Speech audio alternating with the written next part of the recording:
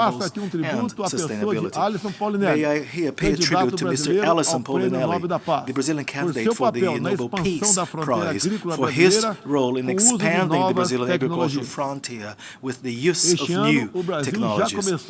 This year, Brazil has already started the harvest, or the largest grain harvest in our history. We estimate it to be at least 270 million tons. In a few years, Brazil will also make the transition from net import of wheat to a net export of wheat. For the 2022-2023 period, the forecast is that our total production will exceed 300 million tons. As stated by Director General of the World Trade Organization in a recent visit to Brazil, she stated that if it were not for Brazilian agribusiness, the planet would go hungry, since we feed more than 1 billion people worldwide. Our agribusiness is a source of national pride. Mr. President, I also wish to call to mind here that also in the field of sustainable development, Brazil's track record of achievements is a source of credibility for our country's international action. As regards the environment and sustainable development, Brazil is part of the solution and stands as a reference to the world. 2/3 of all of the Brazilian territory remain untouched, covered by native vegetation, precisely as it were when Brazil was first discovered in the 1500s. In the Brazilian Amazon region, an area as big as Western Europe, more than 80% of the rainforest remains untouched and pristine. Contrary to what is often reported by the mainstream national and international media, it is absolutely key in the sense that when taking care of the environment, we do not overlook people. The Amazon region is home to more than 20 million people, including indigenous people and riverside dwellers, whose livelihood depends on some form of economic use of the forest. We have brought internet connectivity to more than 100,000 rural schools and more than 500 indigenous communities. Brazil began its energy transition almost half a century ago in response to the oil crises of that time. Today, we have a modern and sustainable biofuel industry, an industry that currently positively contributes to the cleanest energy mix among G20 countries. About 84% of our electricity or energy mix is currently renewable, and this is a goal that many developed countries hope to achieve only after 2040 or 2050. Last year, Brazil was chosen or declared by the United Nations as a global transition for energy transition. We have the potential to become a major global exporter of clean energy. We have a surplus already being built up, which can reach more than 100 gigawatts between biomass, onshore wind projects, and solar projects, in addition to the untapped opportunity of 700 gigawatt offshore wind farms, with one of the lowest production costs in the world. These sources will produce green hydrogen for export. Part of this 100% clean energy opens the possibility for us to become suppliers of highly competitive industrial projects, especially in the Brazilian Northeast, with one of the smallest carbon footprints in the world. The Sustainable Development Agenda is impacted in many ways by threats to international peace and security. We all built the United Nations from the ruins of the Second World War in the last century. What motivated us back then was the determination to avoid a repetition of the cycle of destruction that marked the first half of the 20th century. To a certain extent, in hindsight, we can say that we were successful. But today, the conflict in Ukraine serves as a warning. A reform of the UN system is essential for us to find world peace. In the specific case of the Security Council, after 25 years of debate, it is clear that we must look for innovative solutions. Brazil addresses this topic based on an experience that goes way back and dates back to the very beginnings of the United Nations. It is now the 11th time that we hold a non-permanent seat at the UN Security Council. We have sought to offer our very best to achieve peaceful and negotiated solutions to international conflicts, always guided by the UN Charter and international law. Brazil also has an extensive history of participation in UN peacekeeping operations. From Suez to Angola, from Haiti to Lebanon, we have always supported peacekeeping. We have also contributed to peace by opening up our borders to those seeking a chance to restart their lives in our country. Since 2018, over 6 million Venezuelan brothers have been forced to leave their country. Many of them came to Brazil. Our response to this challenge was Operation Welcome, which has become an international benchmark reference. More than 350,000 Venezuelan nationals have found in Brazilian territory emergency assistance, protection, documentation, and the possibility of a fresh start. All of them have had access to the labor market, to public services, and to social benefits.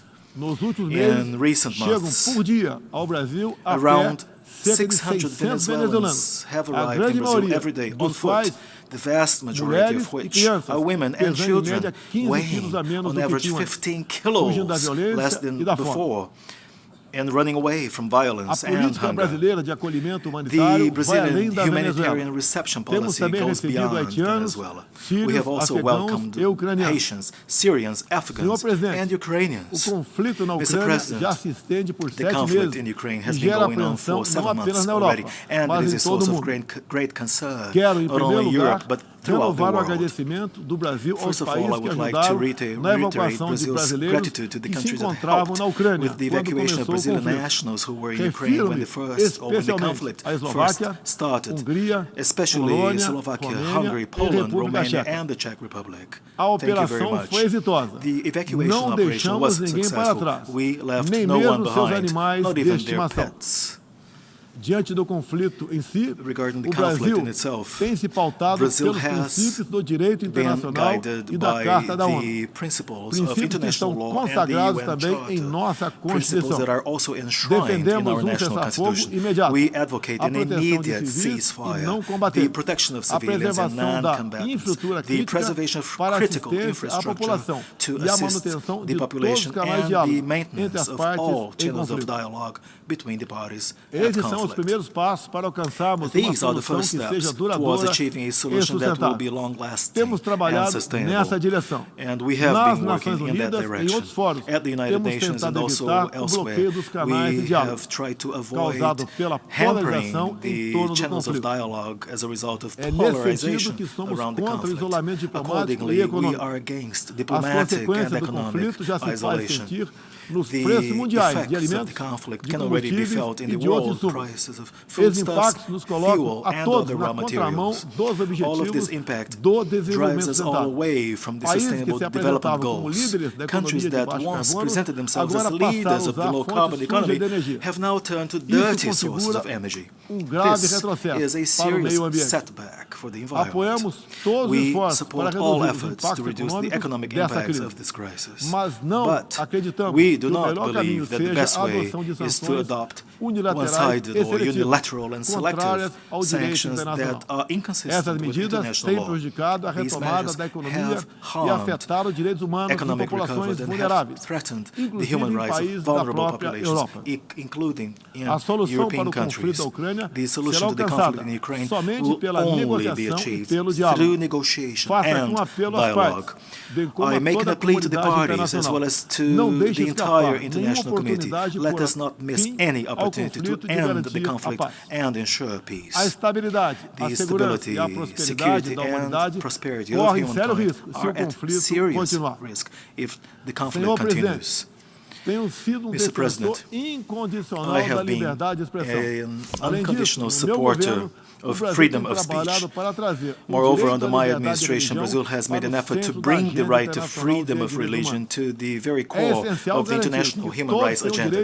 It is essential to ensure that everyone has the right to freely worship and practice their religious orientation without any discrimination whatsoever. I would like to inform here that Brazil is ready, stands ready to welcome the Catholic priests and nuns who have suffered persecution by the dictatorial regime in Nicaragua. Brazil repudiates religious persecution wherever it may occur in the world. Other fundamental values for Brazilian society with implications to the human rights agenda include the defense of family values, the right to life since conception, the right to self-defense, and the repudiation of gender ideology. I would also like to underscore the priority we have attached to women's rights and protection. Our efforts to sanction over 70 legal norms on the subject since the very beginning of my administration in 2019 is thorough evidence of this commitment. We fight violence against women very strictly. It is part and parcel of our broader priority to ensure public security and safety for all Brazilians. The results are visible in our government figures. A 7.7% drop in the number of murders of women and a decrease in the general number of deaths by murder.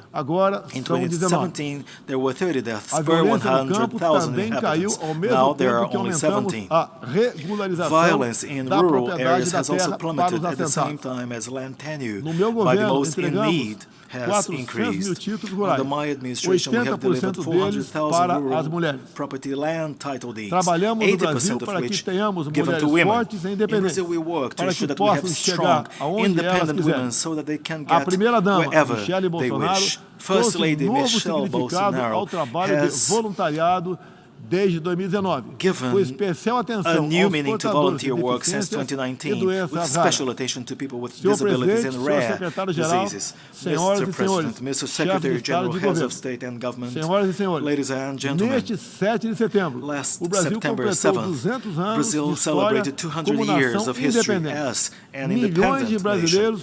Millions of Brazilians took to the streets, called upon by their government, and wearing the colors of their flag, our flag. It was the largest civic demonstration in the history of our country, a people that believes in God, the homeland, family, and freedom. Thank you all very much.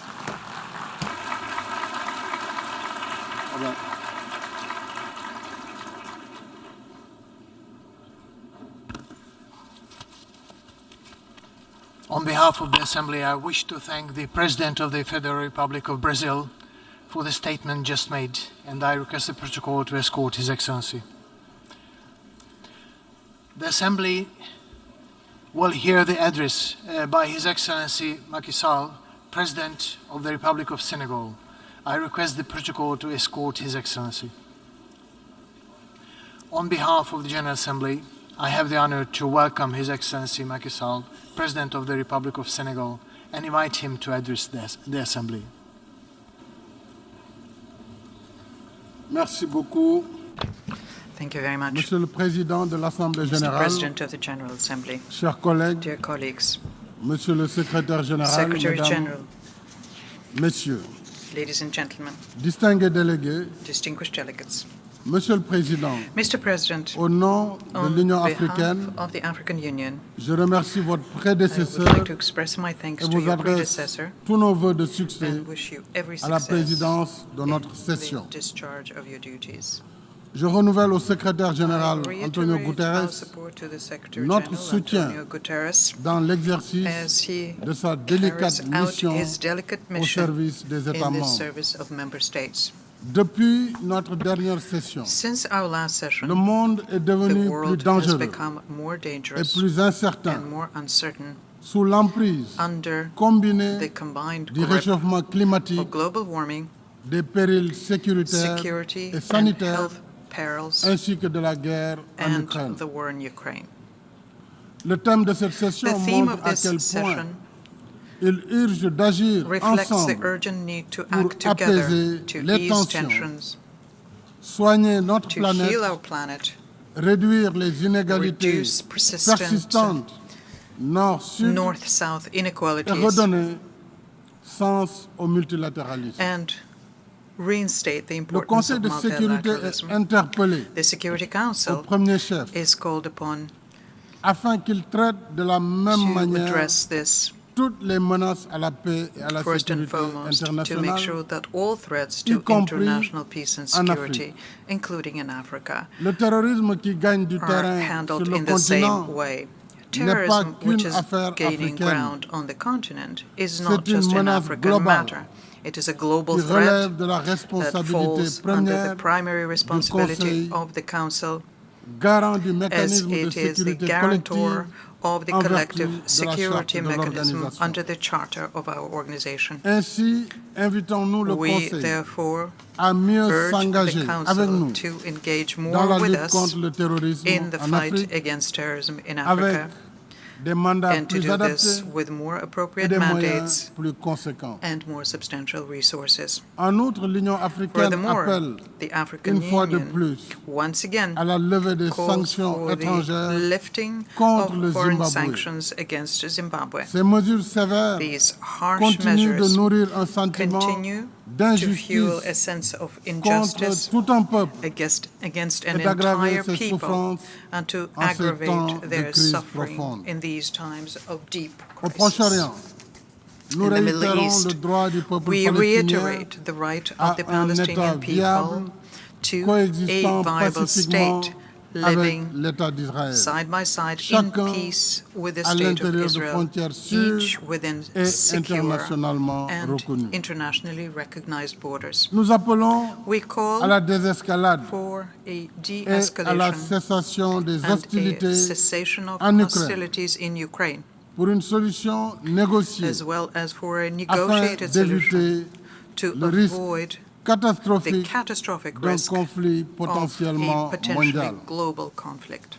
La négociation The et la discussion sont les meilleures armes dont nous disposons. negotiations and discussions pour are the promouvoir best la paix. tools we have to promote Je lance peace. un appel I launch an pour la mise appeal en place to d'une mission de médiation de together haut niveau a high-level mediation mission à laquelle l'Union africaine est prête à apporter sa to contribution. which the African Union stands ready Près de to contribute. 80 ans après la naissance du système Nearly des 80 Nations years Unies after the birth et des of the institutions de United Bretton Woods, Nations system and the il est Bretton temps Woods institutions, d'instaurer it une is gouvernance time mondiale for plus juste, a fairer, plus more inclusive inclusive global et governance plus adaptée that aux is more réalités de adapted notre temps. to the realities of our time.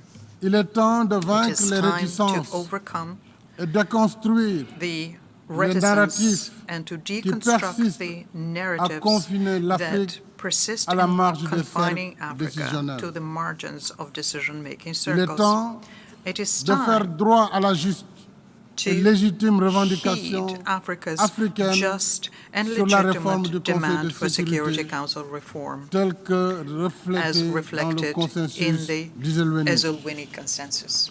Dans le même In esprit, the same vein, je rappelle notre demande I d'octroi d'un siège à reaffirm l'Union our africaine request for the African au Union to sein be du granted a G20 seat in the pour que G20 l'Afrique so puisse that enfin Africa can finally se faire représenter be represented là où se prennent where les decisions décisions qui engagent affect 1,4 milliard d'Africains. 1,4 Africans are being taken. Je remercie chaleureusement I les would like to partenaires extend my qui nous ont warmest déjà thanks to the exprimé leur partners soutien who have already expressed et their invite les support autres and invite à others considérer favorablement to give notre favorable candidature. consideration to our candidacy. Au titre de la gouvernance économique et financière, With respect to economic and financial j'attire governance, I l'attention draw de l'Assemblée the générale attention of the General sur le Assembly rapport 2022 to the sur le financement du développement durable 2022 Financing for réalisé par Sustainable une Development soixantaine report, d'institutions produced by some multilatérales dont 60 le Fonds monétaire multilateral international, institutions, including la the Banque mondiale, IMF, the le World comité Bank, de Bâle, the Basel sur la Committee on supervision Banking bancaire, Supervision, l'Association the internationale International des Association régulateurs de of l'assurance Insurance et le Regulators, Conseil de and stabilité the financière. Financial Stability Board. Ce rapport This report relève les insuffisances highlights dans les procédés shortcomings d'évaluation in the des assessment agences processes de notation of credit rating et agencies souligne and l'importance underlines d'appliquer the des importance méthodologies of transparentes transparent methodologies afin de ne pas so miner la as confiance not to dans les undermine notations. confidence in ratings.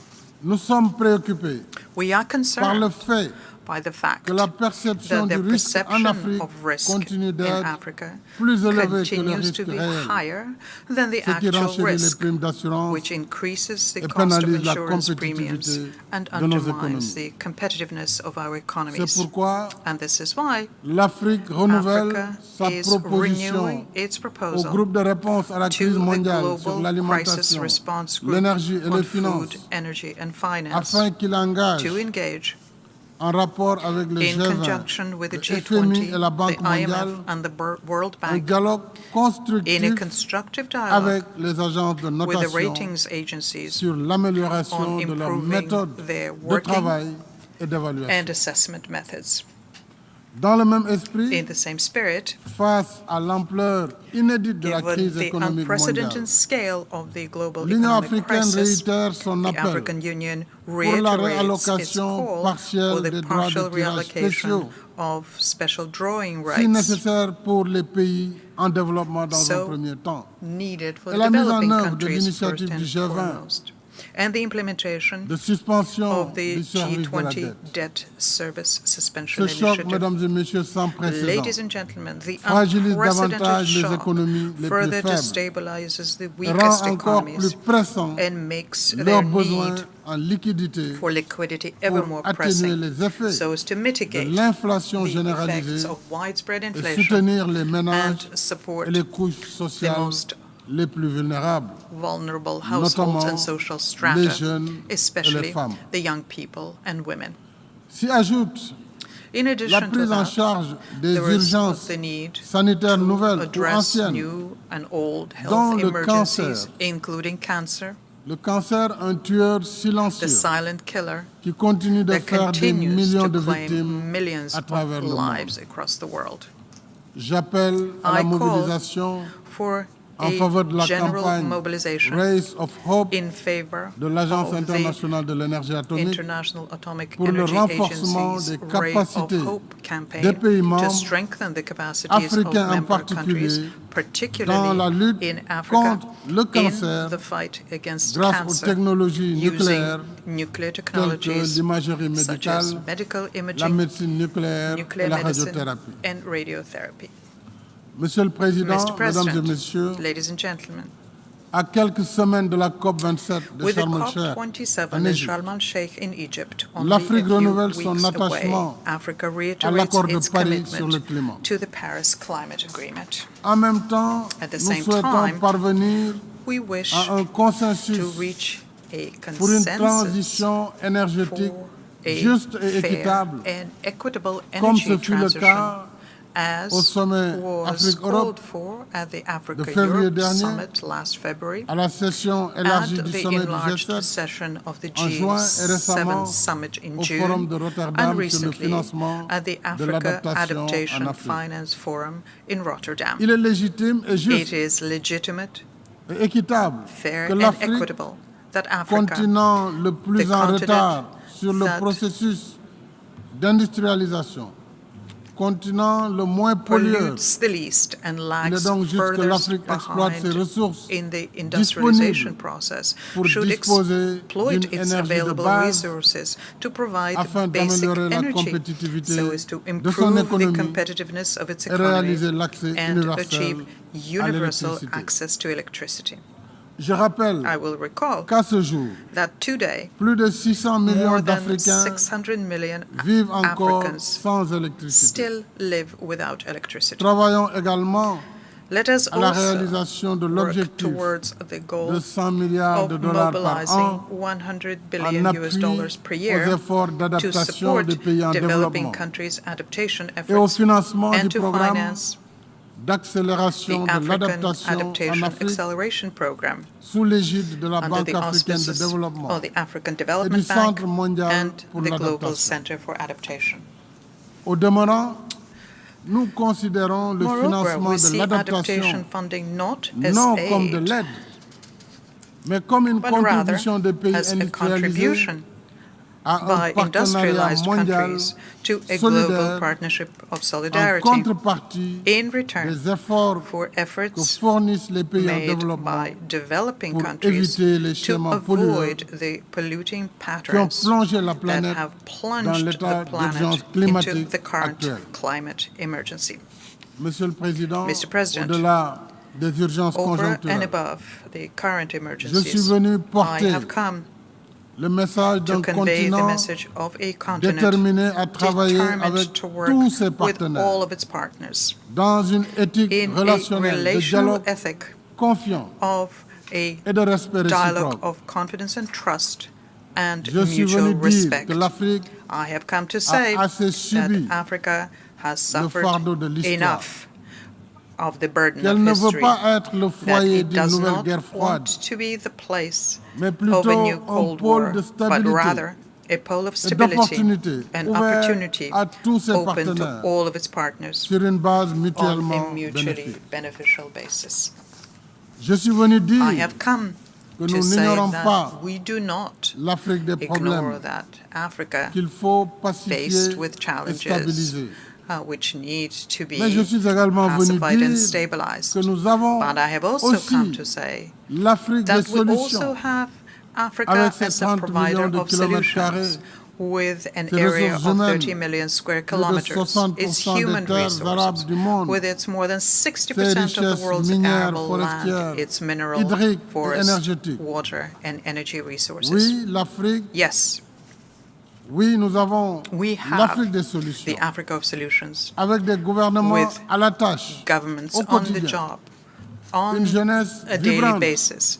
We have a vibrant and creative young people who innovate, who are entrepreneurial and who succeed. We have millions of men and women who work hard to feed, educate, and care for their families, who invest, who create wealth, and who generate jobs. This Africa of solutions wants to engage with all of its partners in a reinvented relationship that transcends the prejudice that whoever is not with me is against me. We want a multilateralism that is open and respectful of our differences, because the United Nations system, born out of the ashes of war, can only win the support of one and all on the basis of shared ideals and not local values erected as universal norms. It is by working together, respecting our differences, that we will restore the strength and vitality of the United Nations raison d'être, which is to save present and future generations from the scourge of war, to advance the peaceful coexistence of peoples, and to foster progress by creating better living conditions for all. I wish the 77th session of the General Assembly every success. I thank you for your kind attention.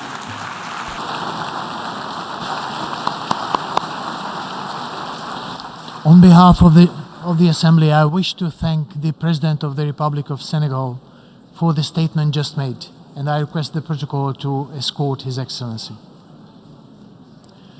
And the Assembly will hear an address by His Excellency Gabriel Boric Font, President of the Republic of Chile. I request the protocol to escort His Excellency. On behalf of the General Assembly, I have the honor to welcome His Excellency Gabriel Boric Font, President of the Republic of Chile, and to invite him to address the Assembly.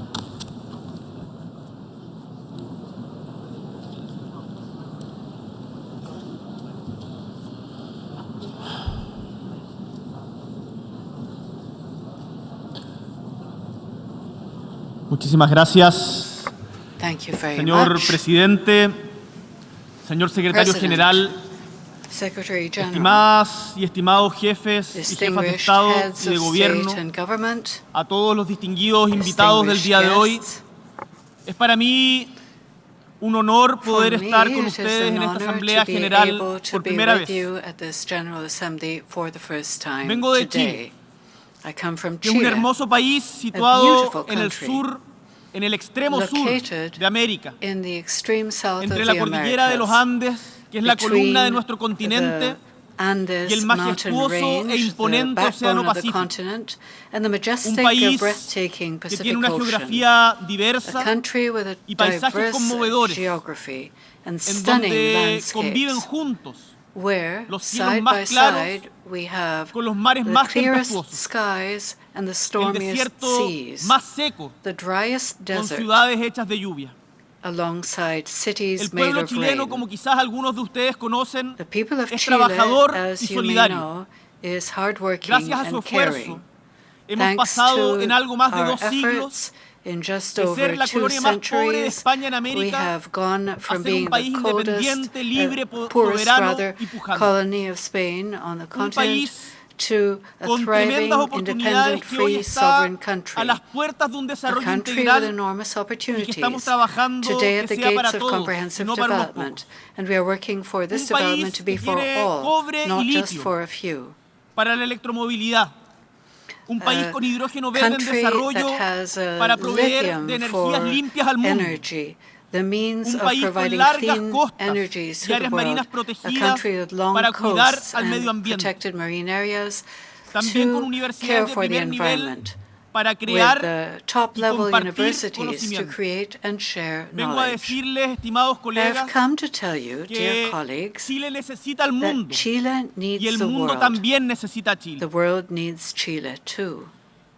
Pero como ustedes saben, y ha quedado claro en los discursos que nos han antecedido, vivimos en una época de profundas incertidumbres y sobresaltos, en la que es claro que no existen naciones, estando todas aquí representadas, que sean aisladas o inmunes a los sobresaltos, a lo que acontece a nivel global. Y en esto nuestro país, por cierto, no es la excepción. Así, la guerra de agresión, la injusta guerra de agresión desatada por Rusia en Ucrania, pueblo al que le expresamos nuestra solidaridad, empujó al alza el precio de los combustibles y causó desabastecimiento de granos y fertilizantes, causando un fuerte impacto en nuestra economía y de seguro, también en las de muchos de ustedes. También, y aunque esto cuesta a veces hablarlo, la guerra comercial entre Estados Unidos y China, desatada en 2018 bajo la administración anterior de Trump, como también la pandemia, desestabilizaron la economía global y afectaron también la nuestra, como seguro también la de ustedes. En otra dimensión, la crisis humanitaria en Venezuela, producto de ya su prolongada crisis política, ha generado un flujo migratorio que es inédito en nuestra región y en nuestro país, poniendo una presión tremenda sobre nuestras instituciones y nuestra sociedad. Por último, como seguramente muchos de ustedes están viviendo, la crisis climática afecta con particular fuerza a nuestro continente americano, y también en particular al Caribe y a los sistemas de vida de nuestra gente. En Chile, de hecho, cumplimos con 7 de los 9 criterios de vulnerabilidad establecidos por las Naciones Unidas, por nosotros mismos: áreas de borde costero de baja altura, zonas áridas y semiáridas, zonas de bosque, propensión a los desastres naturales, sequía y desertificación, zonas urbanas con contaminación atmosférica y ecosistemas montañosos. Sin embargo, nuestro país, como seguramente muchos de los de ustedes, muchos de los del sur global, produce y es responsable de una parte mínima, en nuestro caso, el 0,24% de las emisiones globales del efecto invernadero. Mientras los países de las economías más grandes del G20, como nos recordaba el secretario general, produce el 80% de los gases con efecto invernadero. Como resulta evidente, It is en clear estos días ningún país, sea grande, nowadays pequeño, that humilde no o country, poderoso, puede large or pretender small, salvarse solo. humble or powerful, can Mientras save preparaba en mi itself país este discurso, on its own. pensaba cómo en medio As I was de preparing tantos this discursos de speech, I seguro was thinking muy interesantes contando la realidad específica how, de cada país, the podía many aportar interesting con un speeches pequeño telling grano de about the arena reality of each a la country construcción de un could be mundo más justo contributed posible. to from Chile with its Y small part consciente in de que building no soy the quien best possible world. para dar lecciones And sobre with the cada uno de los awareness problemas that que it is vive el not my mundo place convulso en el que to habitamos, teach anybody pensé about the que problems in contarles the nuestra world, experiencia I reciente como thought país that telling you about puede a servir recent a quien quiera experience escuchar as a country could be para useful sacar vuestros propios to aprendizajes. those who are interested to Chile vive actualmente un intenso proceso derive político. their own lessons. Hace casi 3 años Chile debimos is hacer frente currently a una grave crisis experiencing política y an social. intense political process. Durante aquellos días, Almost 3 una years gran ago, we mayoría de faced chilenas a y major chilenos political and manifestó social su malestar crisis. frente a la During those desigualdad y los days, abusos. a great majority of Su Chilean indignación people frente a las largas esperas para peacefully recibir atención en la salud expressed their pública. discontent with Su inequality hastío and frente a las abuse, millonarias their deudas por pain estudiar. at the long waits to receive Su public rechazo health care, a las their pensiones de frustration miseria at después de largos años de the trabajo. million-dollar debts Es incurred as quizás students, una historia their conocida refusal to para muchos de accept ustedes. miserly pensions, pensions Dentro de that are pocos a meses mere pittance after long years of work. se cumplirán 50 años In a few months, desde we will que el celebrate presidente Salvador 50 Allende, years desde esta misma since testera que President tengo el Salvador honor Allende, estar hoy día, who spoke to this diera very cuenta de los assembly, importantes cambios sociales y this políticos very que vivía nuestro podium, país. about the major Porque somos un país social que and lleva largo political tiempo changes buscando su that camino Chile was propio hacia going la through dignidad. at a time. Chile is a country Durante that los has, gobiernos democráticos for a long time, de los sought the últimos path 30 años, towards dignity. se redujo And notablemente la although pobreza y hubo during importantes the avances en materia democratic governments of social, the past 30 resulta years, there was a indesmentible remarkable que el decrease in modelo de poverty desarrollo que adoptamos en Chile and ha progress mantenido on una the alta social front. concentración de la It is riqueza, undeniable llevándonos a ser uno, that y the esto nos Chilean duele, development model nos duele, colegas, has uno de los kept países a más high desiguales del mundo. concentration of wealth, leading us to be, and this is Esta painful, desigualdad, one of the most como de unequal seguro también countries pasa in the en world. muchas de las naciones en vías de This desarrollo, inequality, ha as is obstaculizado the case in many developing nuestro camino al nations, desarrollo, has obstructed pero no our solo path eso, towards development. es una amenaza latente para Not la only democracia, that, it is an inherent pues threat fractura to la democracy sociedad misma, because destruye la cohesión it, social y por lo tanto breaks termina society siendo un apart. It impedimento para destroys entendernos social y construir cohesion, juntos y and juntas it therefore un devenir hampers que sea más libre y understanding más justo. and building a freer, El more estallido fair social future que together. viviera Chile The en social 2019 upheaval Chile dejó perplejos a muchos experienced in observadores, algunos de 2019 ustedes, que preguntaban left qué many está pasando observers en este país, puzzled, y también wondering what was algunos actores de la vida happening in nacional. our country. Y es que a muchos And it, les llamó la atención it que un país que ha even logrado left many observers índices and importantes de crecimiento stakeholders of económico y de Chilean desarrollo life, humano que dan cuenta de astonished. importantes mejoras en la calidad de vida de su And población, the fact is that se haya many visto were enfrentado a la struck vez by the a una fact crisis tan profunda. that a country that Desgraciadamente, had such high indices lo que ocurrió en mi of patria no fue economic casual. growth and human No fue casualidad, development, showing sino la consecuencia de major improvements innumerables in the quality of historias life de of this dolor y population, should have postergación faced such a que se deep fueron crisis. incubando y afectando el But corazón what mismo de happened nuestra sociedad. to my country is no coincidence. Y It quiero was a decirles result que of aquello, innumerable episodes of pain and aunque postponement, no se which espere, simmered and puede then pasar struck en sus at the países very también. heart of our society. Por eso los quiero invitar And I want to a point out that this anticiparse, can a happen in your anticiparnos countries as well. todos juntos That is why en la búsqueda de una I mayor invite you justicia to social, plan ahead in the search for distribuir de greater mejor manera la social riqueza y el justice, poder to better debe ir de la mano distribute con un wealth crecimiento and sostenible. power. Y This should tengo la go profunda hand in hand convicción que with espero que sea sustainable growth. compartida And de I que am aquello deeply es convinced that posible. it can be Y es shared and it urgente. is possible. Indeed, it is urgent. Desgraciadamente, debo decirlo porque acá uno no puede I solamente have venir to a hablar say de las this cosas because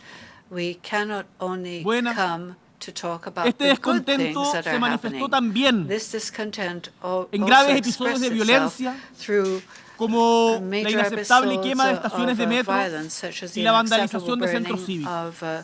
Y por otro lado, fuimos testigos de una represión descontrolada que terminó con muertes, heridos y más de 400 personas víctimas de trauma ocular producto de la acción del Estado, lo que constituye, desde el punto de vista de nuestro gobierno y de organismos internacionales de derechos humanos, en una grave violación a los derechos humanos que debe ser reparada y así lo será.